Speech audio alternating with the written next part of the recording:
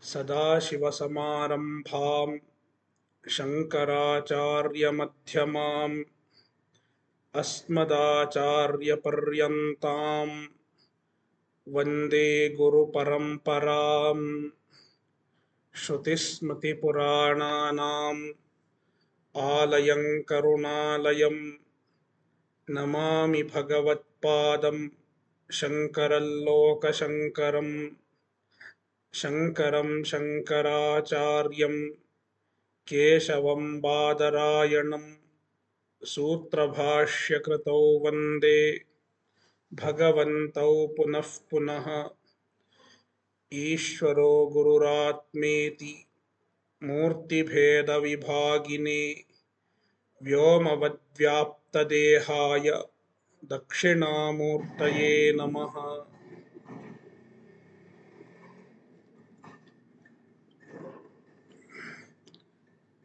दशश्लोकी ग्रन्थस्य प्रथमं श्लोकं पठामः।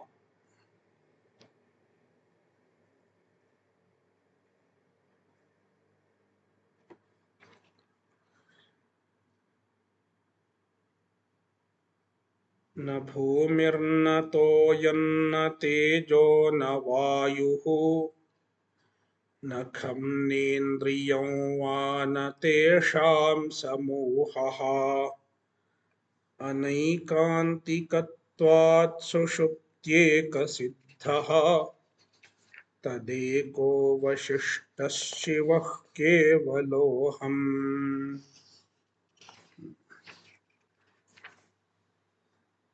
ननु एकेनैव घटादिज्ञानेन आवरणस्य भङ्गे सद्यो मोक्षप्रसङ्गः अज्ञानस्य एकत्वात्। नानाज्ञानपक्षे अपि एकस्य जीवस्य एकाज्ञानोपाधित्वात् इति पूर्वपक्षः। तस्य समाधानं द्विधा दीयते। प्रथमं समाधानम् अस्माभिः इदानीं विचार्यमाणं वर्तते। न उत्तेजकेन मणेरिव वृत्त्या आवरणस्य अभिभवाङ्गीकारात्। प्रथमे समाधाने उच्यते तत्र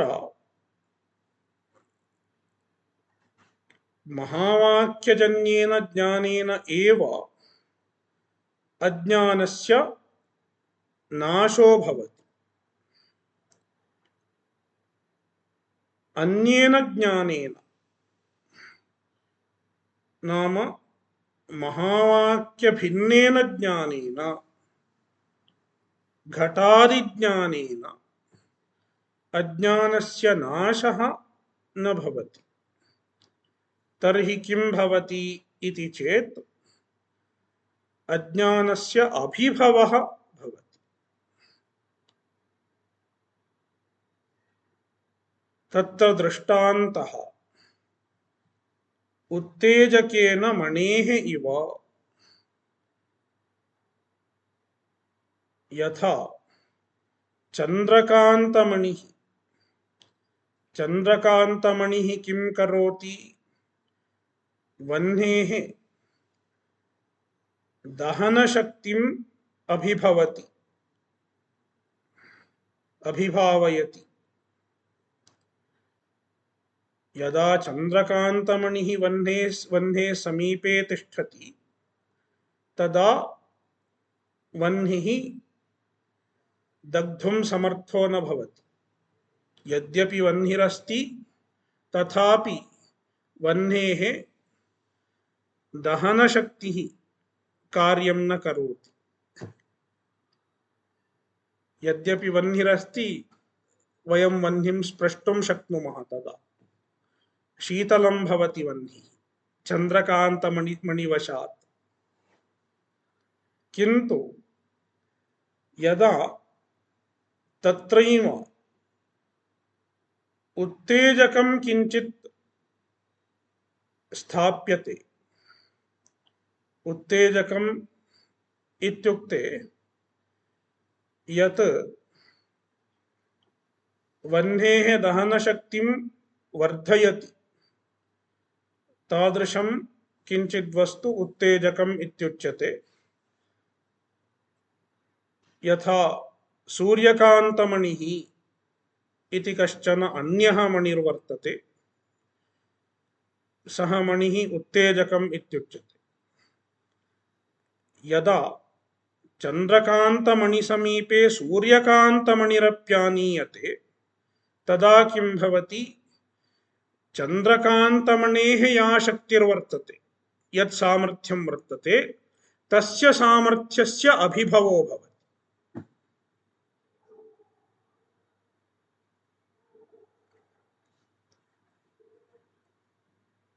पूर्वमेव अस्माभिर्विचारितम्, इदानीं स्मारयामि। उत्तेजकं चन्द्रकान्तमणेः शक्तिम् अभिभावयति। यदा उत्तेजकस्य सन्निधौ चन्द्रकान्तमणिर्वर्तते तदा चन्द्रकान्तमणेः सामर्थ्यम् अभिभूतं भवति। तस्मात् यद्यपि तत्र चन्द्रकान्तमणिरस्ति तथापि वह्नेः दहनशक्तिः कुण्ठिता न भवति। पूर्ववदेव वह्निः दग्धुं समर्थो भवति। कदा?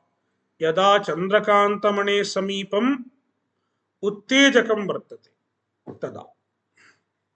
तथैव अत्रापि दार्ष्टान्ते अपि अज्ञानं पूर्ववदेव वर्तते, किन्तु यदा तत्र घटादिज्ञानम् अस्ति तदा वर्तमानम् अपि अज्ञानं कार्यक्षमं न भवति। तस्मात् अज्ञानं घटादीनाम् आवरणस्य संपादने समर्थं न भवति।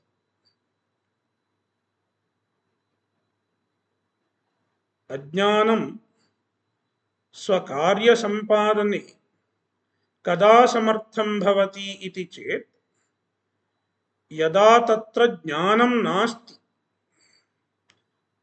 इत्युक्ते ज्ञानाभावसहकृतम् अज्ञानम्। ज्ञान अभावसहकृतम् अज्ञानम् एव स्वकार्यसंपादने समर्थं भवति। यदा ज्ञानम् अस्ति तदा तत्र ज्ञान अभावः नास्ति। यदा ज्ञान अभावः नास्ति तदा अज्ञानं स्वकार्यसंपादने समर्थं न भवति इति दार्ष्टान्तः। तदेव उच्यते वृत्त्या आवरणस्य अभिभवाङ्गीकारात् तथा च पूर्वं यत् संक्षेपेण उक्तं तदेव इदानीं विस्तरेण उच्यते। तथा च प्रमाणजन्य अंतःकरणवृत्ति अभावसहकृतम् अज्ञानम्। केवलम् अज्ञानं न, प्रमाणजन्य अंतःकरणवृत्ति अभावसहकृतम् अज्ञानम्। सति भात्यपि वस्तुनि, यद्यपि वस्तु अस्ति भाति च तथापि नास्ति न भाति इति प्रतीतिजनन समर्थं भवति। तत् अज्ञानं, तादृशम् अज्ञानं नाम अभावसहकृतम् अज्ञानं वस्तुनि नास्ति न भाति इति प्रतीतिजनने समर्थं भवति। नाम वस्तुनः आवरणे समर्थं भवति इत्यर्थः। प्रतीतिजनन समर्थं यदा तादृश प्रतीतिजनन समर्थं भवति अज्ञानं तदा तदज्ञानम् आवरणम् इत्युच्यते। आवरणम् इत्युक्ते किं? यत् अज्ञानं नास्ति न भातीति प्रतीतिजनन समर्थं भवति तत् आवरणम् इत्युच्यते। किन्तु अज्ञानं कदा तादृश प्रतीतिजनने समर्थं भवति इति चेत् वृत्ति अभाव सहकृतम् अज्ञानं। यदा अज्ञानेन सह वृत्ति अभावः अस्ति, प्रमाणजन्य अंतःकरण वृत्तेरभावः अस्ति, तदा तदज्ञानं नास्ति न भातीति प्रतीतिजनने समर्थं भवति। तदा तदज्ञानम् आवरणम् इत्युच्यते। वृत्तौ जातायां यदा वृत्तिः जायते, प्रमाणजन्य अंतःकरण वृत्तिर्यदा जायते, तदा अवच्छेदकाभावात्, अवच्छेदकाभावादित्युक्ते अज्ञानस्य विशेषणं नास्ति। पूर्वम् अज्ञानस्य यद् विशेषणम् उक्तं तदिदानीं नास्ति। किं विशेषणं? प्रमाणजन्य अंतःकरणवृत्ति अभावसहकृतत्वम् अज्ञानस्य इदानीं नास्ति। यद्यपि अज्ञानम् अस्ति किन्तु तेन सह वृत्ति अभावः नास्ति। तदा किं भवति? विद्यमानम् अपि, यद्यपि अज्ञानम् अस्ति तथापि अविद्यमानसमम् एव, अविद्यमानम् इव भवति। अविद्यमानम् इव इत्युक्ते कार्यक्षमं न भवति इत्यर्थः। यदि किञ्चित् कार्यक्षमं न भवति तर्हि तत् अविद्यमानसमम् इति उच्यते। यथा पुस्तकस्था च या विद्या परहस्तगतं धनं कार्यकाले समुत्पन्ने न सा विद्या न तद्धनम् इत्युच्यते। पुस्तके काचित् विद्या अस्ति किन्तु अस्माभिः तन्न पठितं न अवगतं न स्मृतं चेत् सा विद्या कार्यक्षमा न भवति। कार्यकाले समुत्पन्ने तस्याः विद्यायाः किमपि प्रयोजनं नास्ति। तस्मात् सा विद्या विद्यमाना अपि, पुस्तके विद्यमाना अपि अस्माकं कृते अविद्यमानसमा भवति। तथैव परहस्तगतं धनम्, अन्यस्य हस्ते यद्धनमस्ति तद् अस्माकं कृते तस्य किमपि प्रयोजनं नास्ति। यदा किञ्चित् कार्यमस्ति तदा तस्य धनस्य किञ्चित् प्रयोजनं नास्ति, तस्मात् तद् अविद्यमानसमम् एव। तथैव यदा ज्ञानं वर्तते, ज्ञानम् इत्युक्ते घटाद्याकारान्तःकरणवृत्तिः, अंतःकरणवृत्तिरूपं ज्ञानं यदा वर्तते तदा अज्ञानं कार्यक्षमं न भवति। नास्ति न भातीति व्यवहारजनन समर्थं न भवति इति विद्यमानम् अपि अविद्यमानं समम् एव इति न स्वकार्यसमर्थम् अज्ञानम्। तस्मात् तेन अभिभूतम् इत्युच्यते। तत् ज्ञानं न ज्ञानम् अज्ञानं घटादिज्ञानेन अभिभूतं भवति। घटादिज्ञानेन अज्ञानं नष्टं न भवति, केवलम् अभिभूतं भवति। तस्मात् यद्यपि एकमेव अज्ञानमस्ति, तत् अज्ञानं घटादिज्ञानेन नष्टं न भवति। तस्मात् घटादिज्ञाने उत्पन्ने एव अज्ञानस्य नाशात् मोक्ष प्रसंगः इति पूर्वपक्षिणा यदुक्तमासीत् तादृशः दोषः नास्ति इति सिद्धान्तिना समाधीयते। इदानीं पूर्वपक्षी पृच्छति, ननु एवं सति ब्रह्मज्ञानेन अपि अविद्यायाः अनिवृत्तेः अनिर्मोक्ष प्रसंगः। इदानीम् अस्माभिः किमुक्तं, घटादिज्ञानेन अज्ञानस्य नाशं न भवति, अज्ञानस्य नाशो न भवति, अविद्यायाः नाशो न भवति, केवलम् अभिभवः भवति इत्यस्माभिरुक्तम्। तदा पूर्वपक्षी किं वदति, यदि घटादिज्ञानेन अज्ञानस्य नाशो न भवति तर्हि ब्रह्मज्ञानेन अपि अज्ञानस्य नाशः न स्यात्। तत्र पूर्वपक्षी एवं अनुमानं करोति, ब्रह्मज्ञानम् अज्ञाननाशकं न भवति। हेतुः वृत्तित्वात्, वृत्तिरूपत्वात्, अंतःकरण वृत्तिरूपत्वात् इति हेतुः। तत्र दृष्टान्तः घटादिज्ञानवत् इति। एवं अनुमानं विरच्य पूर्वपक्षी वदति, एवं सति यदि घटादिज्ञानेन अज्ञानं न नश्यति तर्हि ब्रह्मज्ञानेन अपि अविद्यायाः अनिवृत्तेः, ब्रह्मज्ञानेन अपि अविद्यानिवृत्तिर्न स्यात्। यदि ब्रह्मज्ञानेन अविद्यानिवृत्तिर्न स्यात् तर्हि को दोषः इति चेत् अनिर्मोक्ष प्रसंगः।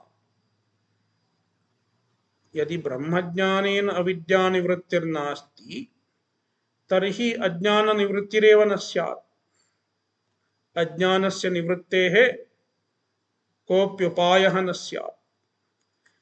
एवं चेत् संसारकारणं न नश्यति इत्यायाति।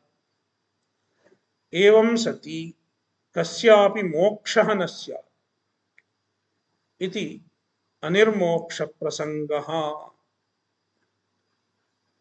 इति दोषः। कस्यापि मोक्षः न स्यात्। कुतः? ब्रह्मज्ञानस्य नाशः एव न संभवति। केनचिदपि उपायेन ब्रह्मज्ञानस्य अज्ञानस्य नाशः न स्यात्। तस्मात् अनिर्मोक्ष प्रसंगः इति दोषः। तत्र सिद्धान्ती वदति समाधत्ते, न तत्त्वमस्यादिवाक्यार्थज्ञानात् अविद्यानिवृत्त्यभ्युपगमात्। सिद्धान्ती ब्रूते एवं न। कुतः? तत्त्वमस्यादिवाक्यार्थज्ञानात् यद्यपि घटादिज्ञानेन अविद्यानिवृत्तिर्न भवति तथापि तत्त्वमस्यादिवाक्यात्, तत्त्वमस्यादिवाक्यार्थज्ञानात्, यदा तत्त्वमस्यादि वाक्येन यज्ञानं जायते, तत्त्वमस्यादिवाक्यार्थज्ञानं, तेन अविद्यानिवृत्तिः भवति, अविद्यायाः नाशः भवति इत्यस्माभिरङ्गीक्रियते। तस्मात् अयं दोषः नास्ति। तत्त्वमस्यादिवाक्यार्थज्ञानात् अविद्यानिवृत्त्यभ्युपगमात्।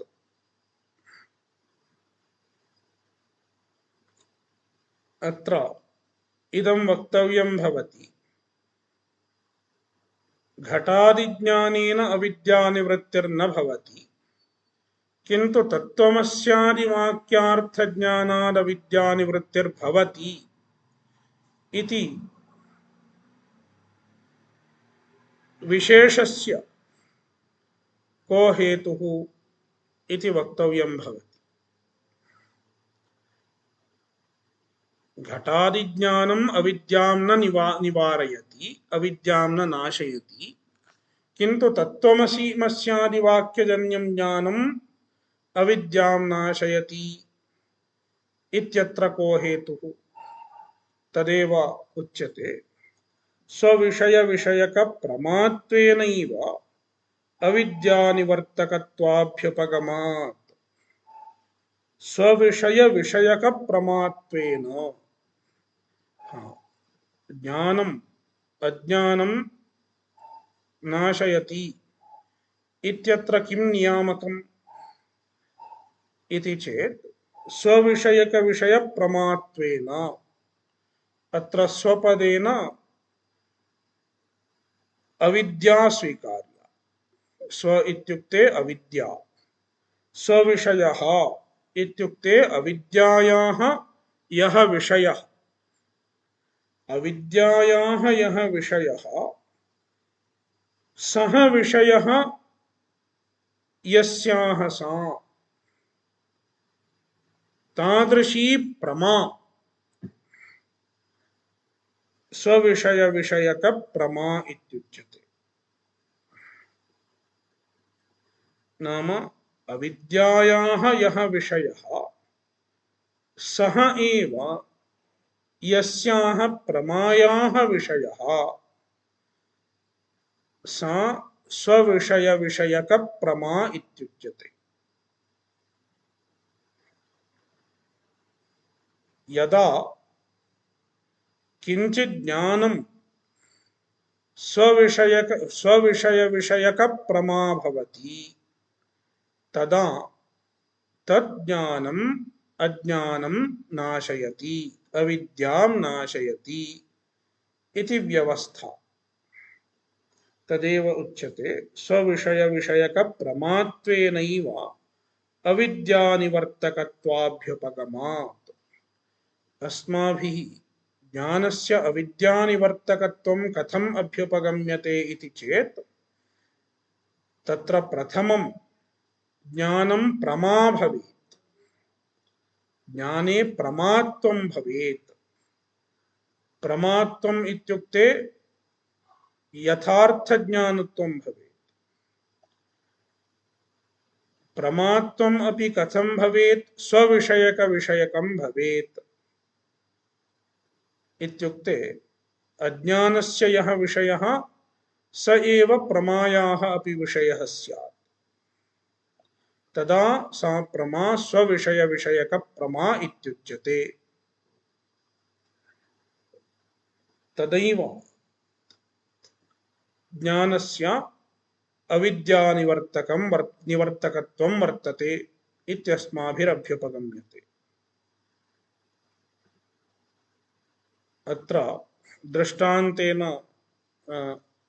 किंचित् विस्तरेण वक्तव्यमिति मन्ये, अन्यथा अवगन्तुं न शक्यते। अत्र घटाज्ञानं वर्तते। यदा घटाज्ञानं वर्तते तदा अज्ञानस्य विषयः कः? घटः। घटाज्ञानम् इत्युक्ते अज्ञानस्य विषयः घटो भवति। घटविषयकम् अज्ञानम् घटाज्ञानम् इत्युच्यते। घटाज्ञानं कीदृशं ज्ञानं निवर्तयति इति चेत्, प्रथमतः तत् ज्ञानं प्रमा भवेत्।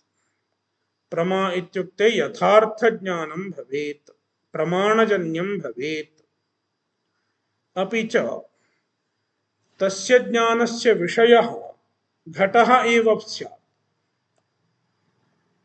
घटः एव तस्य ज्ञानस्य विषयः अस्ति चेदेव तज्ज्ञानं घटविषयकम् अज्ञानं नाशयितुं क्षमं भवति। यदि अज्ञानस्य विषयः अन्यः, ज्ञानस्य विषयः अन्यः, तर्हि तज्ज्ञानं तद्विषयकम् अज्ञानं निवारयितुं क्षमं न भवति। पटज्ञानेन घटाज्ञानं न नश्यति खलु। मम अज्ञानं कस्य वर्तते? घटस्य वर्तते।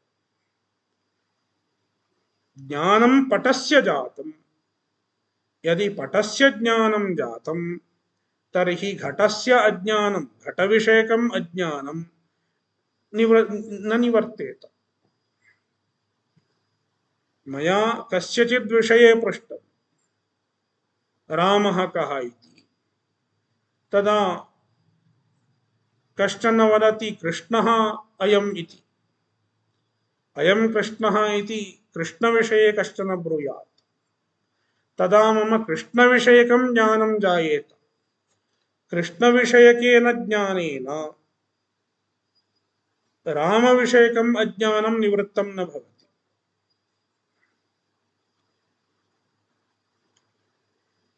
तस्मात् ज्ञानम् अज्ञानं कदा निवारयति इति चेत् यः विषयः, यः अज्ञानस्य विषयः, सः एव विषयः यदि ज्ञानस्यापि स्यात्, तादृशं ज्ञानम् अज्ञानं निवारयति, अज्ञानं नाशयति इति वक्तुं शक्यते। तदेव उच्यते स्वविषयकविषयकज्ञानम् इति। स्व इत्युक्ते अज्ञानम्, अज्ञानविषयविषयकम् इति। अज्ञानस्य यः विषयः सः एव विषयः ज्ञानस्यापि भवेदित्यर्थः। अपि च तज्ज्ञानं प्रमा अपि भवेत्। ज्ञानं द्विविधं वर्तते। प्रमा अपि ज्ञानम् इत्युच्यते, भ्रमः अपि ज्ञानम् इत्येव उच्यते। भ्रमः इत्युक्ते अयथार्थज्ञानम्। रज्जौ सर्पज्ञानम् अपि ज्ञानम् इत्येव उच्यते, किन्तु तज्ज्ञानं प्रमा न भवति। तर्हि प्रमा किम्? रज्जौ रज्जुज्ञानं प्रमा इत्युच्यते। प्रमात्वेनैव तज्ज्ञानं यदा प्रमा भवति, स्वविषयकविषयिका अपि भवति, तदा एव तस्य ज्ञानस्य अविद्यायाः निवर्तने सामर्थ्यं भवति, अविद्यायाः नाशकत्वं भवति। अन्यथा ज्ञानम् अविद्यां न नाशयति इत्यस्माभिरभ्युपगम्यते। एवं सति महावाक्यम् एव, महावाक्यजन्यं ज्ञानमेव अज्ञानं कथं नाशयति इति चेत्, महावाक्यार्थज्ञानस्य एव अबाधितविषयतया प्रमात्वात् अस्माभिः वेदान्तिभिः वस्तुतः महावाक्यजन्यज्ञानस्य एव प्रमात्वम् अभ्युपगम्यते। अन्यस्य कस्यचित् ज्ञानस्य प्रमात्वम् अस्माभिर्नाभ्युपेयते। महावाक्यार्थज्ञानस्य एव नाम महावाक्यजन्यज्ञानस्य एव प्रमात्वात् प्रमात्वं वर्तते, तस्य एव प्रमात्वं वर्तते। अन्यस्य ज्ञानस्य प्रमात्वम् एव नास्ति। घटादिज्ञानस्य अस्माकं मते प्रमात्वम् एव नास्ति। तस्मात् तस्य अविद्यानिवर्तकत्वं नास्ति। तस्यैव प्रमात्वं कुतः? अबाधितविषयतया। तत्त्वमस्यादिवाक्यजन्यज्ञानस्य एव अबाधितविषयत्वं वर्तते। अन्यस्य ज्ञानस्य अबाधितविषयत्वं नास्ति। तस्य अन्यस्य ज्ञानस्य इत्युक्ते घटादिज्ञानस्य यः विषयः अस्ति सः विषयः बाध्यते। यदा ब्रह्मज्ञानं भवति तदा घटादीनां बाधो भवति। बाधः इत्युक्ते मिथ्यात्वनिश्चयो भवति। तस्माकम् अन्येषां ज्ञानानां यः विषयः सः अबाधितः न भवति। तस्मात् तादृशस्य ज्ञानस्य प्रमात्वम् अस्माभिः नाङ्गीक्रियते। यथा रज्जुसर्पज्ञानस्य प्रमात्वं नाङ्गीकर्तुं शक्यते। रज्जुसर्पज्ञानं तस्य प्रमात्वं कुतो नाङ्गीक्रियते? तस्य यः विषयः अस्ति रज्जुसर्पः सः बाधितो भवति, मानान्तरेण बाधितो भवति। यदा इयं रज्जुः इति ज्ञानं भवति तेन ज्ञानेन अयं सर्पः इति ज्ञानं बाधितो भवति। तस्मात् अयं सर्पः इति ज्ञानस्य यः विषयः सर्पः सः बाधितो भवति। इति हेतोः तस्य ज्ञानस्य प्रमात्वम् अस्माभिर्नाभ्युपेयते। तथैव ब्रह्मज्ञानेन सर्वस्यापि वस्तुजातस्य प्रपञ्चजातस्य बाधो भवति। तस्मात् सर्वस्यापि तत्त्वमस्यादिवाक्यजन्यज्ञानं विहाय सर्वस्यापि ज्ञानस्य नाम घटादिज्ञानस्य यः विषयः वर्तते सः बाधितो भवति। तस्मात् तस्य बाधितविषयत्वात् तस्य प्रमात्वम् अस्माभिः नाङ्गीक्रियते। एवं सति व्यवहारे कस्यचित् ज्ञानस्य प्रमात्वम् अस्माभिः उच्यते। हाँ, इदं घटमे अयं घटः एव इत्युच्यते खलु। अयं घटः एव, अयम् अहं सम्यक् जानामि इति व्यवहारे घटादिज्ञानानां प्रमात्वम् अस्माभिः उच्यते। तत् कथम् इति चेत् तत्तु केवलं व्यवहारविषये एव तथा अस्ति। वस्तुगत्या तस्य प्रमात्वं नास्ति। तदेव उच्यते प्रत्यक्षादीनां तु बाधितविषयतया भ्रमत्वे अपि व्यवहारसामर्थ्येन प्रामाण्याभिमानात्। प्रत्यक्षादीनां घटादिप्रत्यक्षानां प्रत्यक्षादि ज्ञानानां बाधितविषयतया तेषां बाधितविषयता अस्ति। नाम तेषां विषयस्य बाधो भवति। यथा घटमहं जानामि, घटमहम् अनुभवामि इति ज्ञानं, तस्य विषयः घटः, घटस्य बाधो भवति।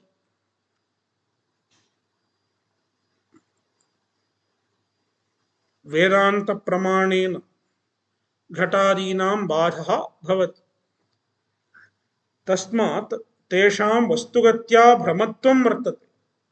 वस्तुगत्या घटादिज्ञानानि भ्रमाः सन्ति। तथापि व्यवहारसामर्थ्येन यद्यपि वस्तुगत्या तानि ज्ञानानि प्रमाह न भवन्ति तथापि तेषां ज्ञानानां व्यवहार सामर्थ्यं वर्तते। नाम व्यवहारे बाधितत्वं नास्ति। यद्यपि परमार्थदृष्ट्या बाधितत्वं वर्तते तथापि व्यवहारे बाधितत्वं नास्ति। तस्मात् प्रामाण्य अभिमानात् तेषु ज्ञानेषु अभिमानं भवति। नाम व्यवहारदृष्ट्या प्रामाण्यं स्वीक्रियते किन्तु वस्तुगत्या तेषां प्रामाण्यं नास्ति। वस्तुगत्या प्रामाण्यं कस्य वर्तते इति चेत् ब्रह्मज्ञानस्य एव प्रामाण्यम्। अन्यत् सर्वम् अपि ज्ञानं परमार्थदृष्ट्या तु बाधितविषयमेव भवति। तस्मात् तस्य भ्रमत्वम् एव अस्माभिरुच्यते। ब्रह्मज्ञानं विहाय अन्यानि सर्वाण्यपि ज्ञानानि भ्रमाः एव भवन्ति। तथापि व्यवहारदृष्ट्या प्रमाः इति अभिमन्यन्ते, अज्ञानिभिरभिमन्यन्ते। यावत्पर्यन्तम् अज्ञानं वर्तते तावत्पर्यन्तं तेषु प्रमात्वाभिमानो भवति। किन्तु यदा ब्रह्मज्ञानं जायते ज्ञानदशायाम् एतान्यपि ज्ञानानि भ्रमाः इत्येव अस्माभिरवगम्यते।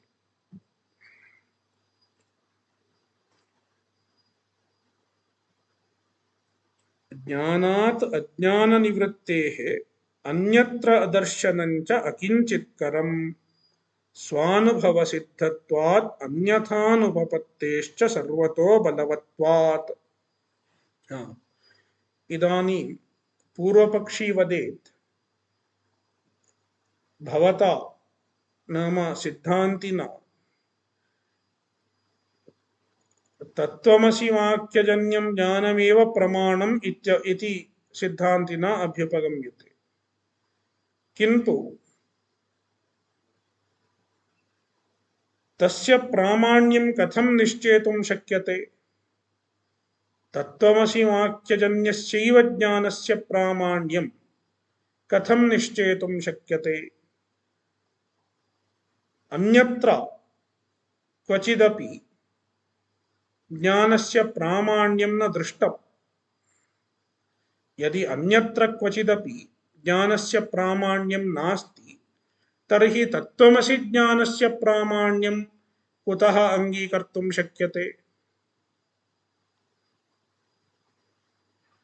यत् पूर्वम् अन्यत्र दृष्टं तदेव क्वचिद् अङ्गीकर्तुं शक्यते।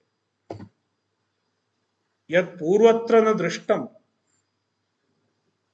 तत् अन्यत्र कथं स्वीकर्तुं शक्यते इति पूर्वपक्षी वदेत्।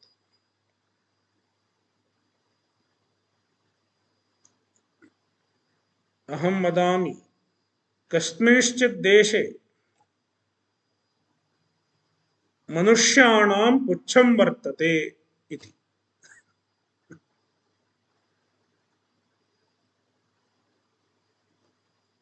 कस्मिंश्चित् देशे मनुष्याणां पुच्छं वर्तते इति अहं वदामि चेत् भवन्तः विश्वसितुं शक्नुवन्ति किम्? अन्यत्र क्वचिदपि मनुष्याणां पुच्छं न दृष्टम्। अन्यत्र क्वचिदपि मनुष्याणां पुच्छं न दृष्टम्। मनुष्याः पुच्छहीनाः एव दृष्टाः। एवं सति क्वचित् देशे मनुष्याः पुच्छवन्तः इति कथम् अभ्युपगन्तुं शक्यते? तत्तु अभ्युपगन्तुं न शक्यते खलु। तथैव इह पूर्वपक्षी वदति ज्ञानस्य प्रामाण्यं यदि अन्यत्र न स्वीक्रियते, घटादिविषयेषु ज्ञानस्य प्रामाण्यं यदि न स्वीक्रियते तर्हि तत्त्वमस्यादिवाक्यजन्यस्य ज्ञानस्य प्रामाण्यं कथं स्वीकर्तुं शक्यते इति पूर्वपक्षिणः अभिप्रायः। तदा सिद्धान्ती वदति यदा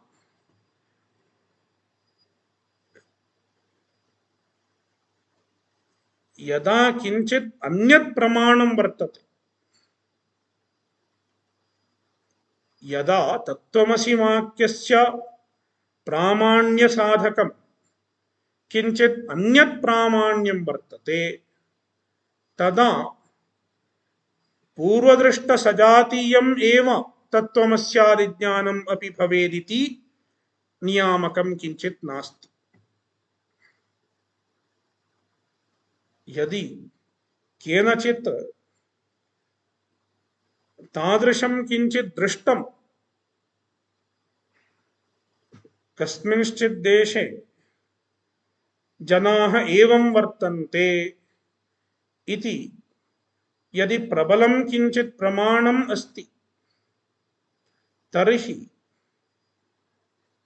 यदस्माभिः सामान्यतो दृष्टं तथैव तत्रत्याः अपि जनाः भवेयुः इत्यत्र इति कोऽपि नियमो नास्ति।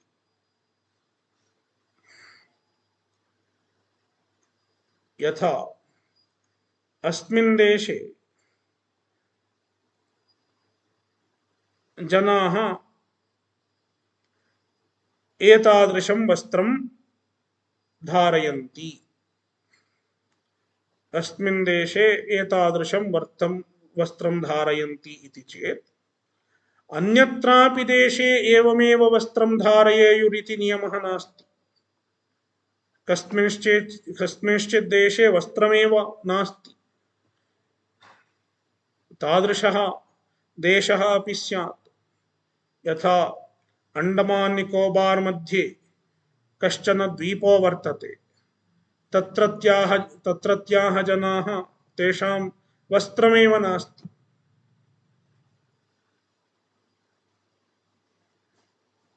तत्तु केनचित् दृष्टं, तत्र प्रमाणं वर्तते। यत्र प्रबलं प्रमाणं वर्तते तत्र पूर्वदृष्टविलक्षणम् अपि अभ्युपगन्तव्यं भवति इत्यभिप्रायः। ज्ञानात् अज्ञाननिवृत्तेः अन्यत्र अदर्शनम्, ज्ञानात् अज्ञाननिवृत्तिः अन्यत्र न दृश्यते, नाम घटादिज्ञानेषु न दृश्यते इत्येतत् अकिंचित्करम्। अकिंचित्करम् इत्युक्ते यद्यपि अन्येषु ज्ञानेषु अज्ञाननिवृत्तेः सामर्थ्यं न दृष्टम्, तथैव तत्त्वमस्यादिजन्यज्ञानेनापि भवितव्यम् इत्यत्र इति नियमः नास्ति। नाम ज्ञानात् अज्ञाननिवृत्तिः अन्यत्र नास्ति इति अयं विषयः तत्त्वमसि ज्ञानस्यापि अज्ञाननिवृत्तिर्नास्ति इति साधयितुं क्षमं न भवति। तदेव अकिंचित्करम् इत्युच्यते। अकिंचित्करम् इत्युक्ते किंचित् कर्तुं न शक्नोति। अयं हेतुः अन्यत्र ज्ञानादज्ञाननिवृत्तिर्नास्ति इत्ययं हेतुः तत्त्वमसि ज्ञानम् अपि अज्ञानं न निवारयति इत्येतत् साधयितुं क्षमो न भवति इत्यभिप्रायः। कुतः क्षमो न भवति? पूर्वपक्षिणा तु अनुमानं प्रदर्शितम्। तत्त्वमस्यादिवाक्यजन्यं ज्ञानम् अज्ञानं न निवर्तयति। कुतः? ज्ञानत्वात्, वृत्तिज्ञानत्वात्, घटादिज्ञानवत् इति पूर्वपक्षिणा अनुमानं प्रदर्शितम्। अस्य अनुमानस्य बलात् तत्त्वमस्यादिज्ञानम् अज्ञानं न निवर्तयति इति कुतो न निश्चेतुं शक्यते इति चेत् तत्र सिद्धान्ती ब्रूते तत् अनुमानं प्रमाणद्वयेन बाधितं भवति। तस्य अनुमानस्य बाधकं प्रमाणद्वयं वर्तते। किं तत् प्रमाणम् इति चेत् स्वानुभवसिद्धत्वात्। एकं तु स्वानुभवसिद्धत्वं नाम विद्वदनुभवः इत्युच्यते। विदुषाम् अयम् अनुभवो वर्तते। कोऽनुभवः इति चेत् तत्त्वमस्यादिवाक्यजन्येन ज्ञानेन महावाक्यजन्यज्ञानेन अज्ञानस्य निवृत्तिर्जायते अज्ञानं निवृत्तं मम इति विदुषाम् अनुभवः अस्ति। अयं विदुषाम् अनुभवः इदम् अनुमानं बाधते। अपि च तत्र प्रमाणान्तरम् अप्यस्ति अन्यथानुपपत्तेश्च। अन्यथानुपपत्तिः इत्युक्ते अर्थापत्तिः इत्यर्थः। अर्थापत्तिः इति प्रमाणान्तरम्। अर्थापत्तिः कीदृशी इति चेत् तत्र श्रुतिवाक्यं वर्तते। तरति शोकम् आत्मवित् इत्यादि श्रुतेः श्रुतिप्रमाणं वर्तते। आत्मज्ञानं शोकं नाशयति, आत्मज्ञानं संसारं निवारयति, संसारं नाशयति इति प्रमाणं वर्तते, श्रुतिप्रमाणं वर्तते। नाम आत्मज्ञानात् संसारनिवृत्तिः इति श्रुतिवाक्यं वर्तते। आत्मज्ञानात् संसारनिवृत्तिर्भवति इति इदं वचनम् आत्मज्ञानात् अज्ञाननिवृत्तेः अज्ञाननिवृत्तिम् अर्थात् ज्ञापयति। नाम तत्र श्रुतार्थापत्तिः इत्युच्यते।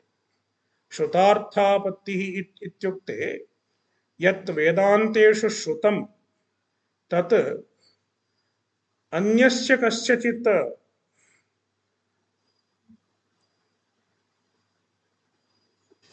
कस्यचित् अर्थस्य स्वीकरणं विना अनुपपन्नं भवति। तेन विना इदं न उपपद्यते इति। यथा पीनो देवदत्तः दिवा न भुङ्क्ते इत्युक्ते दिवाभोजनं विना देवदत्तस्य यत् पीनत्वं तत् रात्रिभोजनं विना अनुपपन्नम् इति अनुपपत्तिः। अन्यथा अनुपपत्तिः इति प्रमाणम्। इयमेव अर्थापत्तिः इत्युच्यते। तथैव श्रुतौ यदुक्तम् आत्मज्ञानं शोकं नाशयति इति यदुक्तं तत् आत्मज्ञानम् अज्ञानं न नाशयति चेत् अनुपपन्नं भवति। यदि आत्मज्ञानम् अज्ञानं न नाशयति तर्हि तत् आत्मज्ञानं संसारं नाशयितुं न अलम्। तस्मात् आत्मज्ञानम् अज्ञानं नाशयति। अन्यथा आत्मज्ञानं संसारनाशहेतुः न भवेत् इति अन्यथानुपपत्तिप्रमाणम्। नाम अर्थापत्तिप्रमाणम्, श्रुतार्थापत्तिप्रमाणम्। अन्यथानुपपत्तेश्च सर्वतो बलवत्वात् एतत् प्रमाणद्वयं सर्वतः नाम प्रमाणान्तरेभ्यः बलवत्तरं भवति। नाम पूर्वपक्षिणा यत् अनुमानम् उक्तमासीत् तस्मादनुमानात् इदं प्रमाणं बलवत्तरं भवति। तस्मात् यद्यपि अन्यत्र ज्ञानम् अज्ञाननाशकं न दृष्टं चेदपि इह महावाक्यजन्यं ज्ञानम् अज्ञाननाशकं भवति इत्यत्र प्रबलं प्रमाणं वर्तते। तस्मात् तत् अस्माभिः अंगीकर्तुं शक्यते, अभ्युपेतुं शक्यते। तदुक्तम् एतदेव वृद्धैः अपि उक्तम्।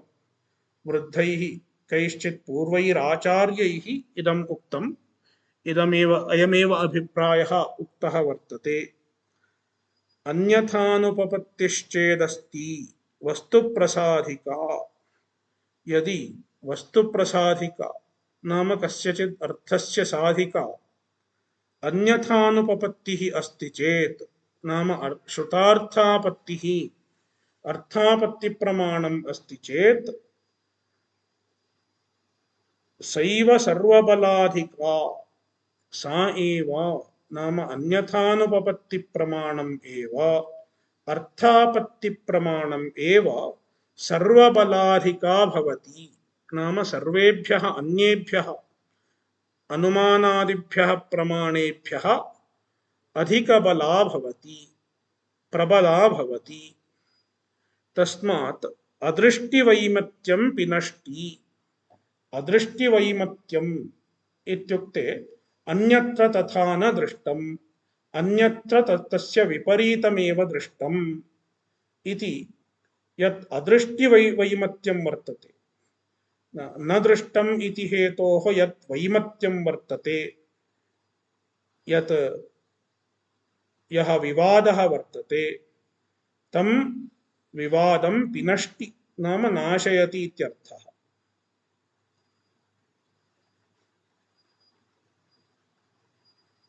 नाम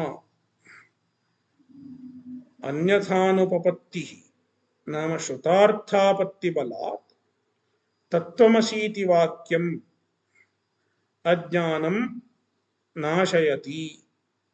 यद्यपि अज्ञानस्य अज्ञाननाशकत्वम् अन्यत्र न अभ्युपगतम्, तथापि तत्त्वमस्यादिवाक्यस्य अज्ञाननाशकत्वे प्रबलं श्रुतार्थापत्तिरूपं प्रमाणं वर्तते। तस्मात् तस्य अभ्युपगमे प्रमाणं वर्तते, प्रबलं प्रमाणं वर्तते इत्यर्थः। इत्येवम् एकं समाधानमभिहितम्। तत्र पूर्वपक्षः किमासीत्? नन्वेवं सति न तन्न, तस्मादपि पूर्वम्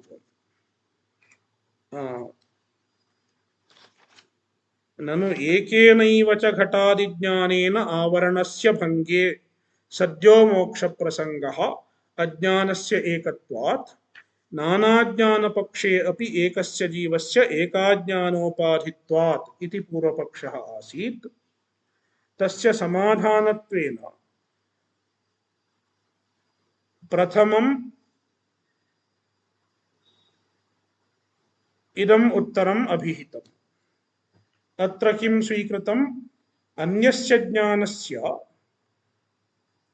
अज्ञाननाशकत्वं नास्ति, तत्त्वमस्यादिवाक्यजन्यस्य एव ज्ञानस्य अज्ञाननाशकत्वम् अस्ति। अन्यस्य ज्ञानस्य तु अज्ञान अभिभावकत्वम् एव अस्ति इति स्वीकृत्य उत्तरं दत्तम्।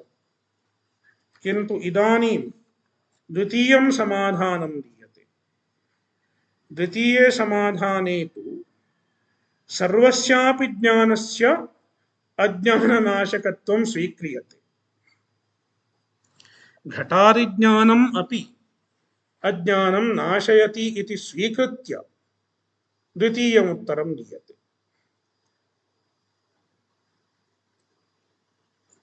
तत् कथमिति चेत् अथवा मूलाज्ञानस्य एव अवस्थाज्ञानानि घटादि विषयावरणानि। मूलाज्ञानं तु एकमेव, किन्तु तस्य मूलाज्ञानस्य अवस्थान्तराणि सन्ति। अवस्थाज्ञानानि सन्ति। एतानि अज्ञानान्येव स्थूलाविद्या इत्युच्यन्ते।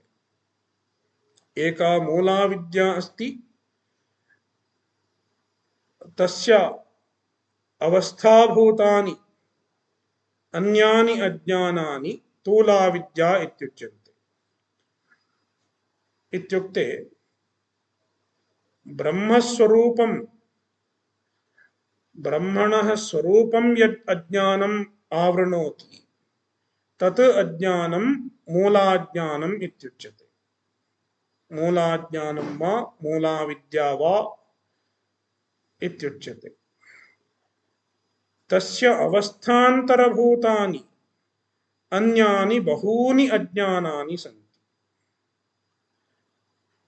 तान्येव घटादिविषयाणि आवृण्वन्ति। घटाज्ञानं वा पटाज्ञानं वा एतत् सर्वं मूलाज्ञानस्य अवस्थान्तरभूतानि अज्ञानानि भवन्ति। एवं सति घटादिज्ञानानि अवस्थान्तरभूतानि अन्यानि अज्ञानानि नाशयति। ब्रह्मज्ञानं तु तत्त्वमस्यादिवाक्यजन्यं ज्ञानं तु मूलाविद्याम् एव नाशयति इति व्यवस्था। इदं द्वितीयं समाधानम्। अथवा मूलाज्ञानस्य एव अवस्थाज्ञानानि घटादिविषयावरणानि। घटादिविषयावरणानि मूलाज्ञानस्य अवस्थान्तराणि अवस्थाज्ञानानि भवन्ति। नाम मूलाज्ञानस्य कार्यभूतानि अज्ञानानि भवन्ति इत्यर्थः। अज्ञानस्य प्रागभावस्थानीयत्वेन यावन्ति ज्ञानानि तावन्ति अज्ञानानि इत्यभ्युपगमात् एकेन ज्ञानेन एकाज्ञानस्य एव नाशात् घटादिज्ञानेन आवरणनाशेन काचिदनुपपत्तिः। अस्मिन् मते यावन्ति ज्ञानानि तावन्ति अज्ञानानि इति स्वीक्रियते। तत्र दृष्टान्तः उच्यते। यथा नैयायिकाः किं कुर्वन्ति, प्रागभावः ज्ञानस्य प्रागभावः अस्ति इति वदन्ति। यावन्ति वस्तूनि सन्ति अस्मिन् लोके, यावन्ति कार्याणि सन्ति, तेषां कार्याणाम् उत्पत्तेः पूर्वं सर्वस्यापि कार्यस्य प्रागभावः आसीत् इति नैयायिकैरभ्युपगम्यते। तथैव ज्ञानस्य अपि प्रागभावः आसीत्। यस्य कस्यचिदपि ज्ञानस्य उत्पत्तेः पूर्वं तस्य प्रागभावः अस्ति इति नैयायिकैरुच्यते। नाम यावन्ति ज्ञानानि सन्ति तावन्ति प्रागभावानि ज्ञानप्रागभावानि अपि प्रागभावान्यपि नैयायिकैरभ्युपगम्यते। यथा नैयायिकैः तावन्तो प्रागभावाः कल्प्यन्ते, तथैव अस्माभिरपि तावन्ति अज्ञानानि कल्प्यन्ते। यथा नैयायिकेन प्रागभावाः कल्प्यन्ते, तथैव अस्माकं ज्ञानात् पूर्वम् अज्ञानं कल्प्यते। अज्ञानस्य प्रागभावस्थानीयत्वेन अज्ञानं प्रागभावस्थानीयं भवति। नाम यथा नैयायिकस्य प्रागभावः अस्ति, तथैव अस्माकमपि मते ज्ञानात् पूर्वम् अज्ञानं वर्तते इति स्वीक्रियते। तस्मात् यावन्ति ज्ञानानि नाम यावत् संख्याकानि ज्ञानानि वर्तन्ते तावन्ति अज्ञानानि तावत् संख्याकानि अज्ञानान्यपि सन्ति इत्यभ्युपगमात्। एवम् अभ्युपगम्यते, एवं व्यवस्था कल्प्यते। तस्मात् एकेन ज्ञानेन एकाज्ञानस्य एव नाशात्। यदा एकं ज्ञानमुत्पद्यते तेन एकस्य अज्ञानस्य नाशो भवति। एकं घटज्ञानमुत्पन्नं चेत् तत्र एकं घटाज्ञानं नष्टम् इति कल्प्यते। घटादिज्ञानेन आवरणनाशे अस्मिन् मते सर्वमपि ज्ञानं नाम घटादिज्ञानम् अपि आवरणं नाशयति, अज्ञानं नाशयति इति उच्यते। घटादिज्ञानेन आवरणनाशे न काचिदनुपपत्तिः। ज्ञानेन आवरणं नश्यति, अज्ञानं नश्यति इत्येव उच्यते चेदपि काप्यनुपपत्तिर्नास्ति। नाम घटादिज्ञानेन यद्यपि अज्ञानं नश्यति तथापि स्थूलाज्ञानमेव नश्यति, न तु मूलाज्ञानं। मूलाज्ञानं तु तत्त्वमस्यादिवाक्यजन्यज्ञानादेव नश्यति। तन्मूलाज्ञानं तु एकमेव। स्थूलाज्ञानानि अवस्थाभूतानि अज्ञानानि तु बहूनि सन्ति इति व्यवस्था। एवमपि परिहारः सम्भवति। ओम पूर्णमदः पूर्णमिदं पूर्णात् पूर्णमुदच्यते पूर्णस्य पूर्णमादाय पूर्णमेवावशिष्यते। ओम शांति शांति शांतिः। हरिः ओम श्री गुरुभ्यो नमः। हरिः ओम।